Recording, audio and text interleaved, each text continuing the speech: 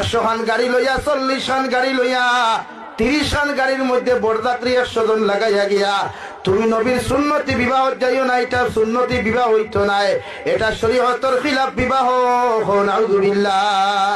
নবীর সুন্নতি বিয়া হইল রে ভাই, কইনা বেটির বাড়ির যাইতে উকিল যাও, 2 জন সাক্ষী যাও, আর 2 জন গার্জেন তো হল গিয়া কইনা বেটির ইজাজত লইয়া আয়া তোমার মসজিদের মেসাবরে গিয়া তুমি আগর দিন দাওয়াত খানটা পৌঁছাইয়া দেও।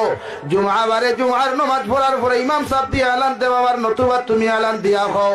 হামসায়ার মানুষ নামাজ বাকি সুন্নত হইয়া মসজিদের মধ্যে তুমি দম লইয়া, এই মসজিদের মধ্যে একটা সুন্নতি নিকাহ আদায় হইব। সুবহানাল্লাহ। নবীজি ফরমান খাজুরি বিয়া হল তোমরা জমিন করিও, কারণ যে বিয়ার মধ্যে খরচ কম হইব ও বিয়ার মধ্যে বরকত বেশ হইব রে ভাই। যে বিয়ার মধ্যে খরচ কম ও বিয়ার মধ্যে বরকত বেশ, আর যে বিয়ার মধ্যে খরচ বেশি হইব গিয়া এই বিয়ার মধ্যে আল্লাহ বরকত উঠাইব, মহব্বত উঠাই দিব গিয়া। জামাই বউয়ে যত মায়া করক এর পরেও দেখবা 1 বছর বাদে ই বইনে তাই জামাই ফালাইয়া আরে গুড় হাত ধরিয়া ফালাইয়া যায়। ঠিক কিনা? সুন্নতি বিয়া করো। নবীজি ফরমাই তুমি তোমার ওয়াইফে জমিন সালাম দিও, তোমার ওয়াইফে তুমি হাজবেন্ডে জমিন সালাম দেওয়া সুন্নত। ও মুসলমান যুবক হল, সংসার যদি জমিন শান্তি করতে হয় রে ভাই, সংসারের মধ্যে যদি বরকত আনতে হয়, মহব্বত যদি কায়েম রাখতে চাও, আজ তাকে